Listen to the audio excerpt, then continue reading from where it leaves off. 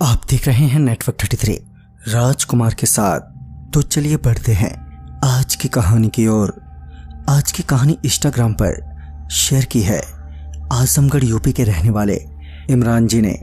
इमरान जी बताते हैं कि ये तब की बात है जब मैं मुंबई से अपने घर यानी आजमगढ़ लौट रहा था, मगर मौसम खराब होने के चलते मेरी ट्रेन 5 बजे की जगह रात के 12:30 बजे आजमगढ़ स्टेशन पहुंची। अब मुझे स्टेशन से निकलकर आगे के लिए बस पकड़नी थी, मगर जब मैं स्टेशन से बाहर निकला तो तब वहां पर कोई भी सवारी मौजूद नहीं थी। कुछ और देर तक वेट करने के बाद भी कोई सवारी नहीं आई, तो मैंने सोचा कि यहाँ बैठे बैठे वक्त बर्बाद करने से तो अच्छा है कि आगे बस स्टॉप से बस पकड़ ली जाए। बस स्टॉप तक पहुंचने के लिए मुझे बस एक पुल ही पार करना था, लिहाजा मैं बस स्टॉप की तरफ अपना बैग लिए चल दिया। और जब मैं उस पुल पर पहुंचा तो पुल पर पहुंचते ही सबसे पहले मेरी नज़र पुल पर खड़ी एक लड़की पर पड़ी जो चुपचाप सिर्फ खड़ी ही थी। पहले तो उसे वहां पर अकेला देखकर थोड़ा मैं डर सा गया, मगर जब मुझे लगा कि वो सिर्फ एक लड़की ही तो है, तो मेरे दिल ने अपनी धड़कनों की रफ्तार नॉर्मल की और मैं पूरी तरह उस लड़की को इग्नोर मारते हुए उससे आगे निकल गया। मैं अभी उस लड़की से कुछ ही कदम आगे निकला ही होऊंगा कि वो लड़की टोकते हुए मुझसे बोली, सुनिए।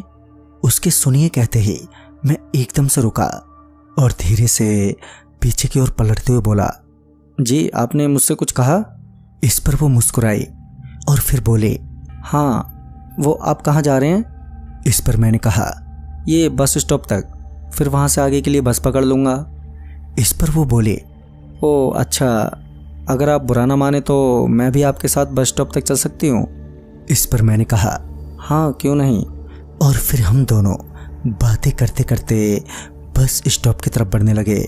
बातों ही बातों में जब मैंने पूछा कि आप इतनी रात गए, वो भी अकेली, पुल पर खड़ी क्या कर रही थी, तो उसने जवाब देते हुए कहा, अच्छा वो क्या है कि मैंने स्टेशन से एक ऑटो लिया था, पर उस ऑटो वाले ने मुझे पुल के पीछे ये बोलकर उतार दिया कि उसे दूसरी तरफ जाना है।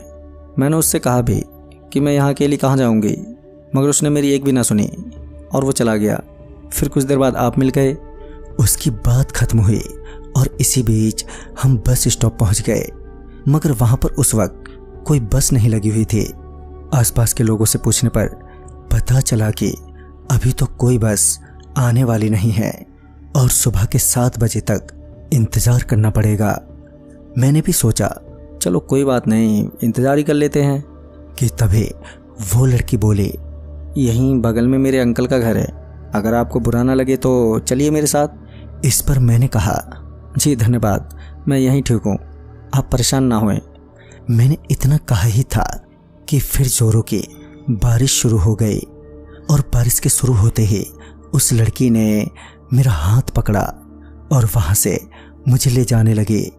कुछ दूर तक तो मैं उसके साथ चला भी आया, मगर पता नहीं क्यों मुझे अचानक ही बेचैनी सी होने लगी, जिस वजह से मैंने उससे अपना हाथ छुड़ाते हुए बोला, जी नहीं नहीं, मैं नहीं चल सकता आपके साथ। मैंने अभी इतना कहा ही था कि उस लड़की ने कहा, क्यों नहीं चल सकते, मगर अब उसकी आवाज़ बहुत ही बदली हुई थी।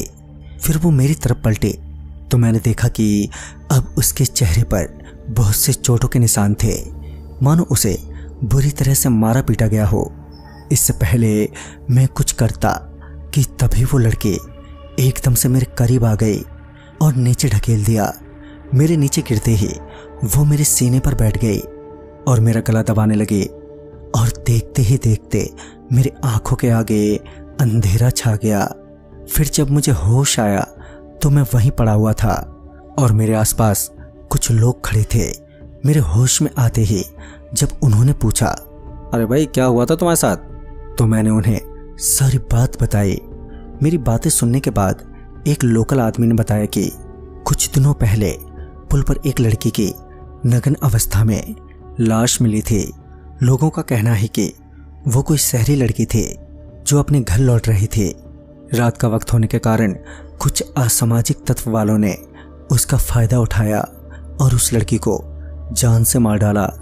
तब से उस लड़की की आत्मा पुल पर ही भटकती है और जो भी उस पर गंदी नजर डालता है तो वो उसे जान से मार डालती है। तो दोस्तों, इस कहानी में बस इतना है।